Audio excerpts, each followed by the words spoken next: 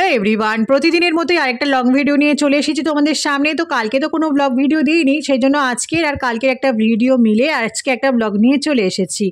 আমি মৌসুমি, আশা করি তোমরা সবাই খুব ভালো আছো। তো দেখো, শুক্রবার দিন সকালবেলা ঘুম থেকে উঠে জামা কাপড় ধুয়ে স্নান করে তারপর দেখো রান্নাঘরে এসেছি। পুজো দেওয়া কমপ্লিট হয়ে গেছে, তো রান্নাঘরে আমি এভাবেই আসি। তো দেখো একটুখানি চা খেয়ে নিলাম, আর চা রুটিও খেয়ে নিলাম। তো সকালের চাটা খেয়েছি, কারণ সকালে চা না খেলে ভালো লাগে না। তারপরে রান্না করতে করতে দেখো চা রুটি খেয়ে নিয়েছিলাম। আর এদিকে দেখো রান্নাও চাপিয়ে দিয়েছি, তরকারিগুলো কেটে নিয়েছি। আর এই পেঁপেটা দেখছো, পেঁপেটা আমার ছেলের জন্য থাকবে, মানে পেঁপে দিয়ে মাছ করব, আর আমাদের জন্য ফুলকপি দিয়ে, কারণ ওকে আমি ফুলকপি দিই না যদি গ্যাস হয়, তো সেই জন্য। তো দেখো আমার রান্না কমপ্লিট হয়ে গেছে। তো সাদা ভাত বানিয়ে নিয়েছিলাম, মানে ডালটা আগের দিনের ছিল, তো সেটা একটুখানি ফোড়ন দিয়ে নিয়েছিলাম।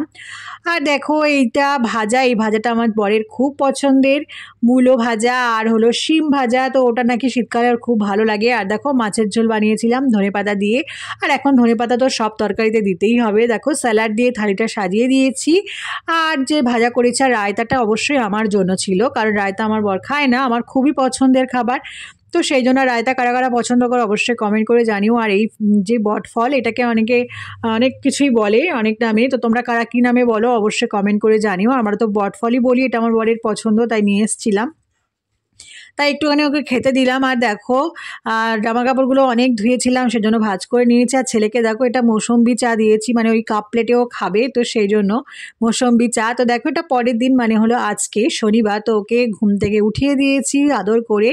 আর দেখো একটুখানি চা খেয়ে নিলাম, চা না খেলে আমার একদমই ভালো লাগে না, তো সেই জন্য সে লিকার চা হোক আর দুধ চা হোক, আমার চা পছন্দের কিছু নেই, কিন্তু চা খেতেই হবে। তো যাই হোক, দেখো নিরামিষ রান্না হবে, শনিবার নিরামিষ, তো সেই জন্য নিরামিষ রান্নার জন্য তরিতরকারিগুলো কেটে নিয়েছি। আর আজকে দেখো এই কুমড়োটা ভাজা করবো, আর কুমড়োটা ভীষণ মিষ্টি, দারুণ লেগেছিল খেতে।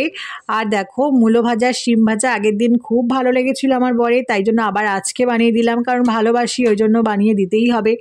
আর দেখো ডাল তৈরি, মানে ডাল তেল দিচ্ছি আমি, তো ডালটা হয়ে গেছে, আর একদম ঘন ডাল করেছিলাম। সাদা ভাত তো বানিয়েইছি। আর দেখো 3 রকমের ভাজা করে নিয়েছি, মূলো ভাজা আর শিম ভাজা, আর করেছিলাম দেখো কুমড়ো ভাজা, আর এটা ছিল একটা মিক্সড ভাজি, কারণ রাতে রুটি খাবো, তো সেই জন্য ভাজার দরকার। তো সেই জন্য দেখো, আর ডালটা করেছিলাম একদম ঘন করে, দেখো ধনেপাতা দিয়ে, আর সোয়াবিন আলু পনিরের মানে সোয়াবিন আলু দিয়ে পটল আলুর তরকারি করেছিলাম। আর দেখো সন্ধ্যাবেলা গিয়েছিলাম একটু বাজারে, আর বরের জন্য খাবার প্যাক করে দিয়ে দিয়েছি, ও চলে গেছে। আর দেখো বাজার করে নিয়ে এসেছি মৌরালা মাছ, তারপরে মোচা চিংড়ি, আর নিয়ে এসেছিলাম মাংস, কারণ কালকে রবিবার।